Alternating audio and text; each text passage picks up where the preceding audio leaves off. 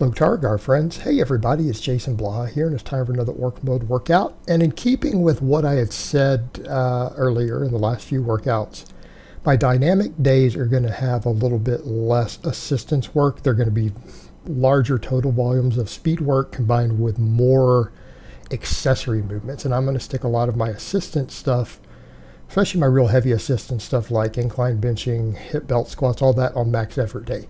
Because dynamic day, really we're only worried about getting large volumes of speed training in, and then all the accessory movements to thicken up all my weak links. So today I kind of did a little bit of what they started doing a little more often over at Westside, of doing 9 sets of 5 on the speed bench. So today was 55% with 25% chain tension. And those are percentages of your 1 rep max, meaning if your max bench is 300, that means you run 75 pounds of chains, right?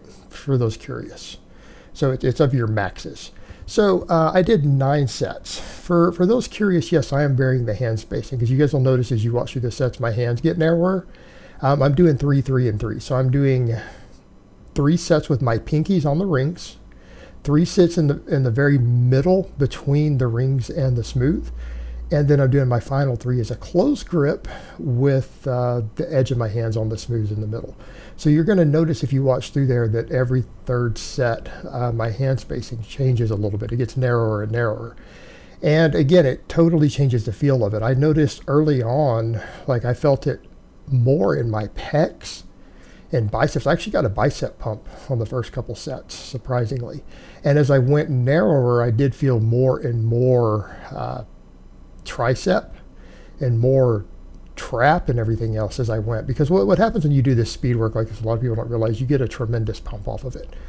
So people who talk about pump training, like, try dynamic effort work. If you actually don't believe me, go actually do some of this and you guys will see what I mean. It actually gives you a pump.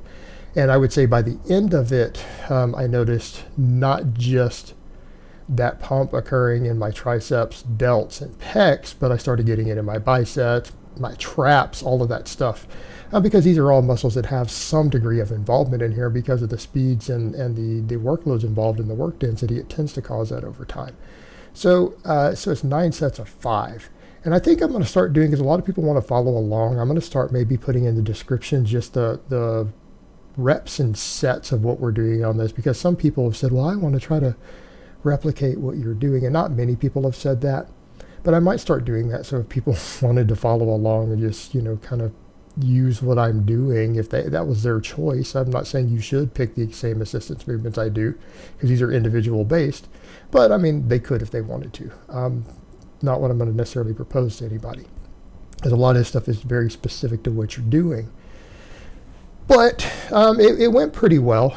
And again, people are curious where I'm getting the percentages. I'm pulling just straight percentages the way Westside does their speed work. And I know that's controversial. I know some coaches say to go lighter, some say to go heavier. I'm going to stick with what they're doing for now until I feel a need to change it, because at the end of the day, it works. And this is the stuff we could argue about, some of these training modalities.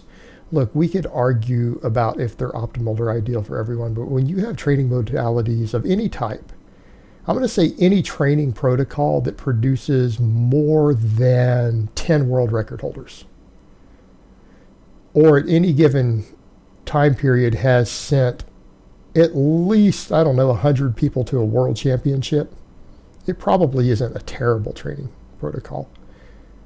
And that's what people need to remember with this style of training. This style of training is complex. It requires a lot more equipment, but it does work, and most of the guys who do it are pretty jacked. And I think someone else had commented in there of they really would want me to do another DEXA scan. I think someone had said, I bet you're only 15% body fat now. Well, I don't know if I'm that lean. It can be hard to tell with the loose skin around my waist, because that makes it complicated, because it's hard to tell how much fat is still stuck to your loose skin. Because what happens when you have loose skin, you keep a layer of fat that pulls to it until that fat goes away. That skin will stay looser, right? That's how you tighten loose skin. You actually have to remove the fat under the loose skin, because skin is paper thin. So it can distort different things. It can make it harder to judge. But I think now that we're seeing some of the stuff of me standing, people can see my hamstrings more. They can see my delts better, my my back better, it's obvious that the body fat has been slowly working down. And that's fine. That's good. That's what we're shooting for. But if here's what we need to understand. If I am legitimately 15% body fat, and I don't know that I am, I did the calculations. That means I have gained 8 pounds of muscle this year. I don't think I've gained an 8 pounds of muscle. I bet you I'm closer to maybe 16% instead of the 15. I don't know. I'd need a DEXA scan to see. I'll get one maybe by the end of the year. But on to the chest supported rows. All right. These I've dropped back down to 205. I was messing a little bit with the 225, but I feel like it's so hard for me to get the bar speeds and again to get this kind of the little bit of squeeze I want at the top. Even though I'm not holding it there because it's hard doing that pad hits, and I want to actually contract at the top, and these felt a little better. This is still an extremely challenging weight. It's pretty much limit sets. Because I'm doing 5 sets of this on 4 different days, that ends up being a lot of workload. And when people are curious here when we talk about this, why rows over pull-ups, it should be obvious. I'm trying to build my upper back more. The upper back is going to contribute more to deadlifts. It's going to contribute more to bench press, and my lats grow so easy. That's one of the complaints I have for me, is that my upper back has needed more work and my lats grow so easy. That's why I got really strong at weighted pull-ups and chins. You guys remember I didn't even do that many of them, then I started doing them, and then people are like, oh my god, this fat guy's doing dead hang chin-ups with 100 pounds, right, when I was a lot fatter than I am now.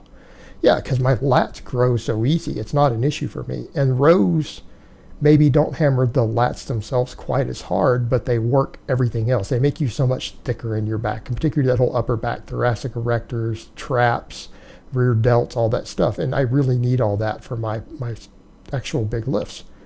Skullcrushers, I'm sticking with 3 sets of 8. Why? Because I'm doing so much pressing. This is just here to ensure my triceps get enough workload. But I need tension. It is about tension. It is about getting close to a rep max. Is something over 5 reps, but not so heavy that it's dangerous with a smaller exercise. So 3 sets of 8, going pretty much with close to an 8 rep max, which means I micro loaded it today. If you guys look real close, you can see the little micro plates. That means that if the bar is advertised correctly, if it's what the manufacturer says it is, because I've got calibrated plates there, that means that I've got 110.5 pounds on the bar with the micro plates, because they're 1 1/4 each. Assuming Kinobody's micro plates are accurate, because that's whose I use, because they were really cheap when I bought them on Amazon last year. I just grabbed them.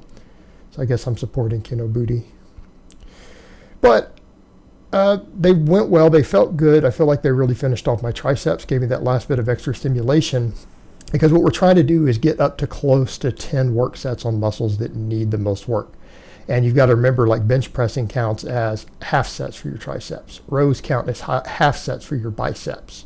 So ideally, we want something between 16 to 20 high quality work sets for every muscle per week, split over at least 2 workouts. And high quality sets, and that's what stimulates maximum muscle growth. So that's why I do the 5 sets of the side laterals, because the side delts get so small as secondary stress on all the other exercises, there's no way to count sets towards them. And we know somewhere between 5 to 10 sets of quality sets, limit sets, per session produces maximum hypertrophy. Numerous studies have confirmed that. The only thing arguing against it is Tad Broenfeld's ultra high volume study, and a lot of experts who look at it who don't suck his dick basically have said the data doesn't even, the actual statistics don't even show what he's claiming it does. So I think we can disregard that based upon, 37 other studies showing the contrary. Well done studies. So that's kind of where we need to be. So that's why I do the 5 sets of the laterals twice a week, because we're getting near our ideal frequency, and we're ensuring the minimum volume to make my side delts grow. And the topic came up with the chains, the other day of why do you say chains are better than dumbbells? Because I don't have $1,000 worth of dumbbells. That's why.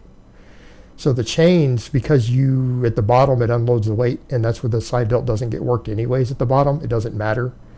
And yes, people are saying they notice a little more arm bend as I go. It's because I get fatigued, and that's fine because the delts are still being worked. The main thing is getting enough tension on the delts. I'm doing this as an upper trap and a side delt and a rear delt exercise. So that's why I bend forward the way I do. And yeah, it burns. And the other thing that I noticed with the chains, because they swing down, it pulls hard on the eccentric. So I'm getting a little bit of eccentric overload right there when it starts lowering that I wouldn't get otherwise, which creates an interesting effect. And I'm hoping over time this will make those delts come up, because that's the one muscle that other people all agreed looking at it. It's like, well, I mean, you're starting to actually look better, even though you're a power lifter. Without delts, you'll never have that look that people want. And without blasting gear, it is so hard to get capped delts. It's ridiculously difficult. So I have to do some fluff exercises like this. I have to, or they're not going to come up, or I've got to blast a bunch of gear. And, you know, this is the only way it's going to work, and it's going to take a lot of time. And it's going to take consistency, but I'll get there. I'll get there. It's just going to be difficult, and it just is what it is. You know, you can only do what you can do, and it'll help stabilize my bench. So it's a good stability muscle. 3 sets of 8 on hammer curls, although I got like 11 reps on the final one with this new weight. For those curious, like how much chain weight is that? 43 pounds per hand. Not counting the little bit of liters, because they weigh almost nothing. That's aluminum. So if I go off the chain weight, it's 43 pounds per hand. So the other thing is, people are like, why do you lean forward? Well, number one, it lets me lock it at the bottom and still have some tension because of the handles I'm using, which, by the way, that works with my grip. That is additional grip training on top of it. And then the swing up at the top, it works the other function of the long head of the bicep. Right? You need that little bit of shoulder extension. You need that shoulder movement in order to facilitate that. So I've got an exercise that's going to basically let me build my entire arm up fairly effectively. So it's going to be useful for improving my bench and size in my arms overall. It serves multiple purposes. And maybe next week we'll increase the weight slightly on this. So I hope it has been informative, and I will talk to you guys next time.